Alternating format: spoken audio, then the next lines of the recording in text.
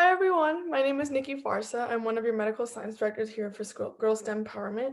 And this is our final day, day 3 of 3, which is called U Day. This is a continuation of our nutrition boot camp, and I'm so excited to be able to end off with a bang by having you guys really take over this one. So I would like for everyone to please take out the notes that you took in the first 2 days with the icebreakers and the notes that you guys took. Those are really important. And once again, if you are just seeing this video, please go look at the 1 and 2s in order to catch up with the 3. So please take your notes out, and we're going to be using a lot of the previous notes and questions that we answered in order to provide for our lesson today. Great, so let's get started. So once again, I'm Nikki Farsa. My email is nikkifarsa@gmail.com with all lowercase, no spaces. So if you guys have any questions, anything at all, please don't hesitate to email me. And I hope you guys enjoy this. So first, like every other video, we are going to start out with an icebreaker. So how has your views changed on the ins and outs of nutrition after the first 2 lessons that we learned? Obviously, in the first one, we learned about basic nutrition, and in the second one, we learned about nutrition labels. So let me know, is there something that took you away? It's something that really made you be like, oh my goodness, I didn't know about this. Oh my God, I learned this. What is something that you grasped that was new? And once again, I'm coming back to this question. Are you happy with your diet right now? And in our first boot camp, day 1, I asked you guys to write down a 1 through 10 of your guys' moods, your guys' happiness with your diet. So just so we can keep that in mind, and I hope to increase that today. So also, how do you want to change your diet? So we also had this question in the first day. Please take that out, or if there's anything you want to alter in that question or anything you want to add, please add right now. So please take a second to write all of these down and answer all of them and pause. And then after that, unpause and we'll move on. So in this, we're mainly going to be looking at diets. So once again, I'm not a healthcare professional. You should not take my advice over a healthcare professional, but I'm here giving my genuine passion on nutrition and my journey. So I'm really, really excited to talk to you guys today, just like the other 2. So let's get started. So I'm going to be mainly speaking about diets. So what are the different diets are more popular diets that we have in our day in up to date. So, excuse me. We're going to be looking at that, and if any of these would you guys love to use, just honestly embellish it into your diets, or include certain aspects of it in your diets. Let's get started. So the first one that we have is keto. So keto has become extremely popular in our days, in our time. It is a low carb, high fat diet, meaning our body gets put into a state called ketosis. So basically, our body obviously takes our carbs in order to break down the glucose in order to create energy for us, right? So in order for us to have energy, in order for us to be up and moving, in order for me to, do this boot camp, right, I need energy. So this puts the body in a state where it's like, oh my goodness, where are the carbs that I need? Where is that energy source? So you get put into this state called ketosis, where your body then sees, oh my goodness, I need to feed myself off of something else. And it sees, oh, there's a high intake of fats. Let me eat those fats so that I can at least get energy from something else if I'm not going to get it from the carbs. So this can cause significant reduction in blood pressure as well as insulin. I know a lot of people that get sick actually within the first, one of my friends, she did it and she got sick within like the first 3 weeks. So it's definitely something that you need to mentally prepare for. And this is the ability for people to change their metabolism, their body's source of metabolism. So instead of breaking down, like I said, carbs, you're breaking down fats. So as it's breaking down fats, we're like, oh my goodness, wait. So the body is now thinking, I'm going to go eat the other fats. So this increases weight loss. Not necessarily. A lot of people use this as for people who desire to lose weight. I know one of my friends, she lost a lot.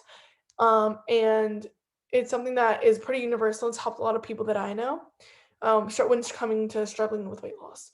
So your body then is like, oh my goodness, I'm used to the carbs. Wait, I don't have any of those. Looks at the fats. Wait, now it's going to consume all the fats. So yeah, that is one diet. So this I found on the internet is a keto food pyramid. So stuff that you should eat are in the pyramid, obviously, and stuff you shouldn't eat are on the bottom.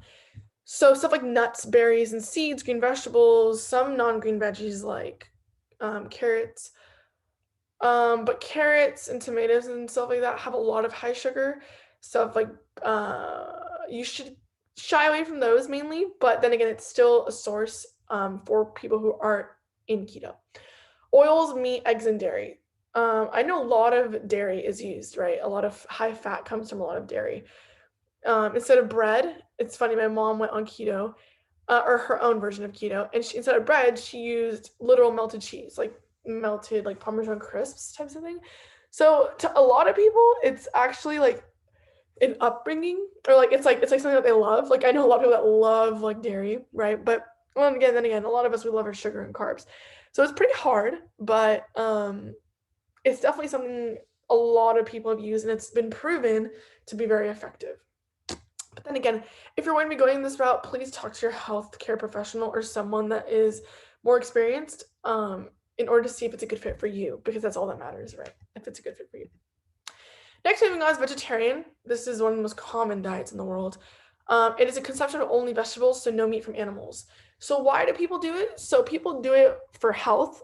A lot of people believe, in taking those meats, certain stuff like that is not good for the body. And there's a lot of proven things. A lot of people, it's like a case by case scenario. So a lot of doctors will tell people, oh, you shouldn't go on this because, it has a certain effect on your body. So then again, it's a case to case scenario. Vegetarian, people I know that are vegetarian, like it comes to show that we don't only need proteins from stuff like meat or stuff from animals, right? It's like beans or like there's a lot of things that are high protein, like tofu.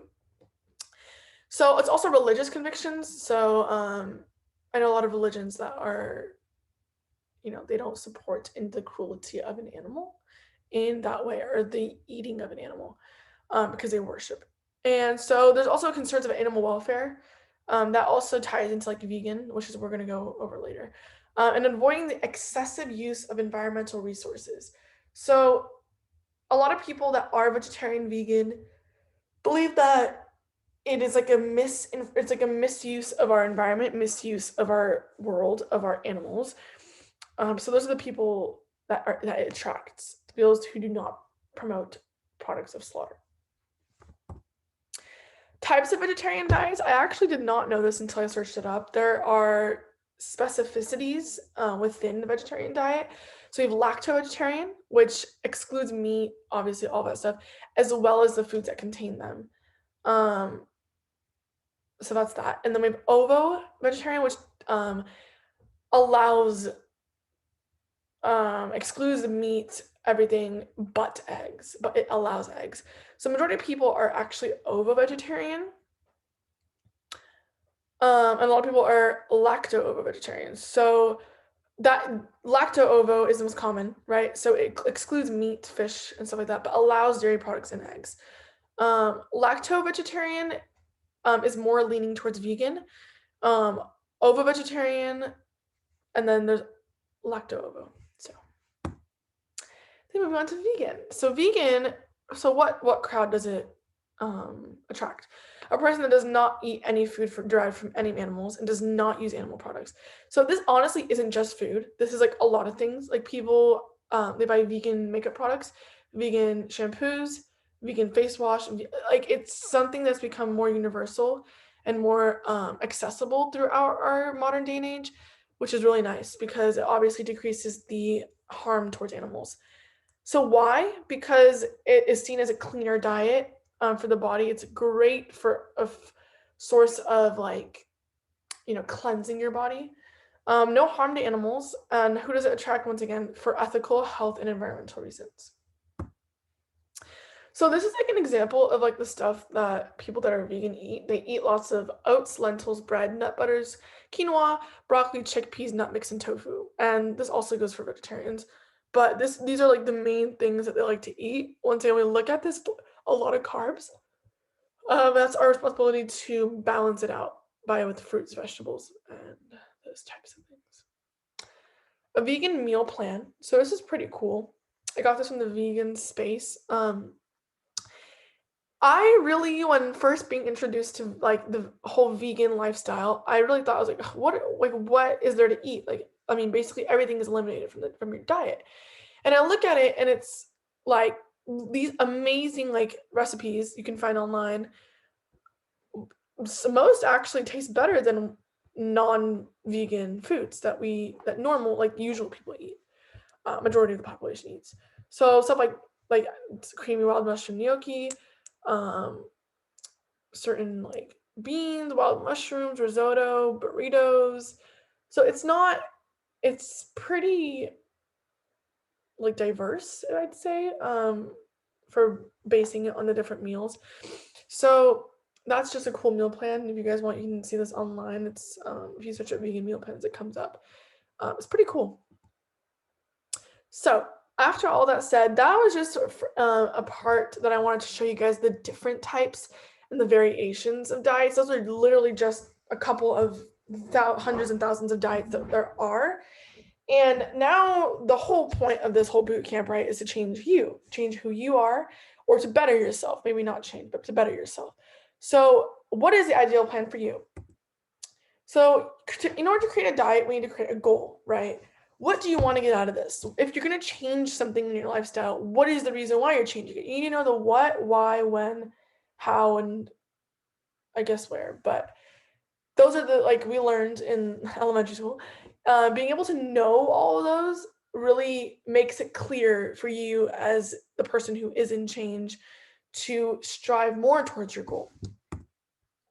So I got this off of the internet. It is a SMART goal. So SMART goals, I'm pretty sure you guys have, a lot of you've heard of, is creating a goal that is specific, measurable, achievable, relevant, and time bound. So this kind of goes with the whole like who, what, where, when, how, where, who, what, where, when, how. And so specific would be simple, like sensible, and significant. So instead of saying like I want to what's it called? Like just to be extremely specific. The more specific you are, the more easier it is to obtain the goal. So like I want to go on keto. Like, why do you want to go on keto? I want to go on keto because da da da da. So is it measurable? So are you able to measure like the certain time? Is it achievable? So the relevancy, time bound, all of these relate to time. Is it reasonable? So like I want to lose weight, right? That's just a simple term. But being specific is like I want to lose 5 pounds of weight, right? Being measurable is I want to lose 5 pounds of weight in 3 weeks. Being achievable is if it's something that is able to be obtained. Relevancy, once again, result based. So is it realistic? Will it actually happen in 3 weeks?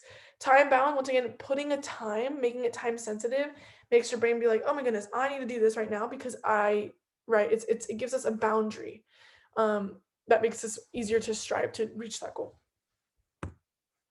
So I would love you guys to jot down your goals and your reminders or someone that you see every day. So I usually jot a lot of mine in my phone because obviously the phone as a teenager is the thing that we use the most.